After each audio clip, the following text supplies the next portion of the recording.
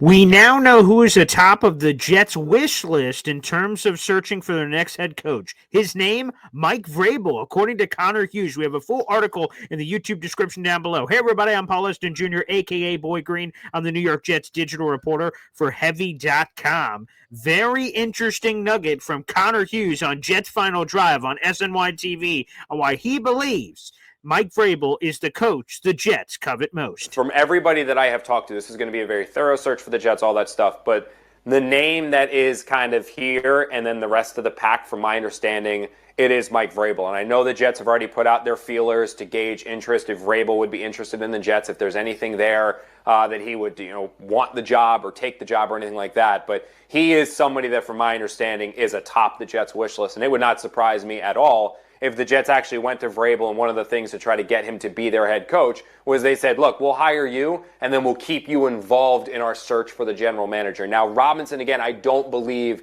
that is a precursor to get Vrabel. Look, those guys know each other. Those guys work together. It's not like they're best friends. It's not like they're vacationing together. It's not like these guys are, the godfather of another one's kid. Like they work together. That's a connection, but I don't get the sense that they're like BFFs or anything like that. But I do believe that if Vrabel is the top person for the Jets, and they will not be the only one who has Vrabel atop their wish list, in the effort to do everything they can to get him, it wouldn't surprise me to say, look, let's get you involved in the GM search as well.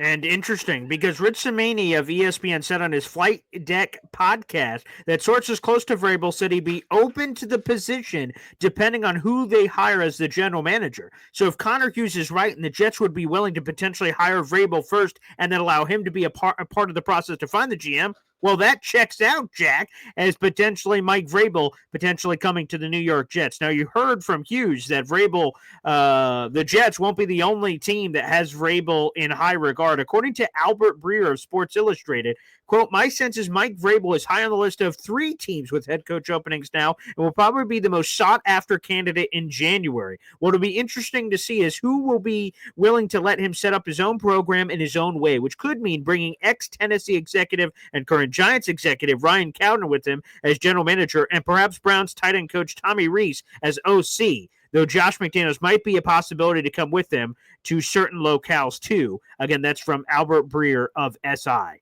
Mike Vrabel is a guy that is successful. He was with the Tennessee Titans. He got them to the AFC Championship game. He's won division titles. He's gotten them to the playoffs. He is a culture changer, and that is someone that obviously the New York Jets should and would want to be interested in, and it sounds like there might be a mutual interest here potentially. Now, something else that seems sort of interesting is that Dan Orlovsky on the Pat McAfee show today said that he believes that Mike Vrabel already knows where he's going to land as a head coach.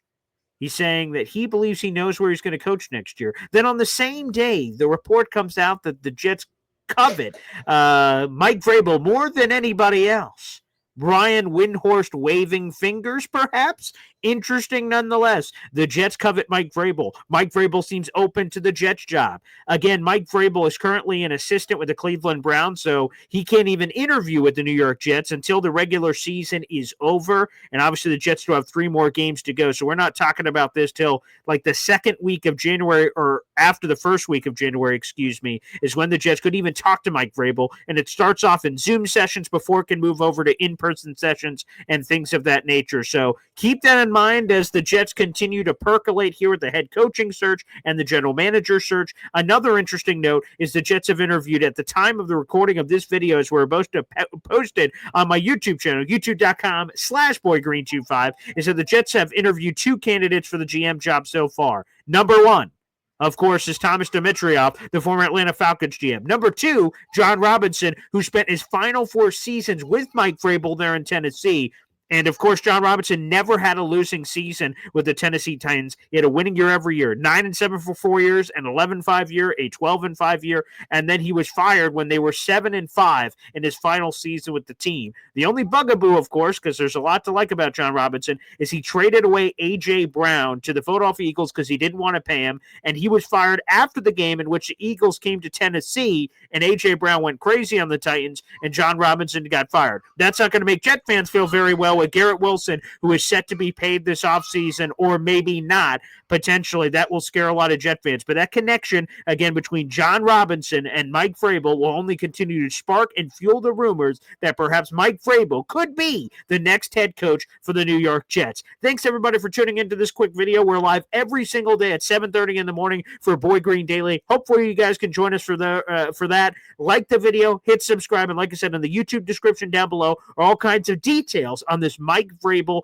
Jets head coaching connection. Thanks for tuning in, everybody, and we'll see you next time. Take care.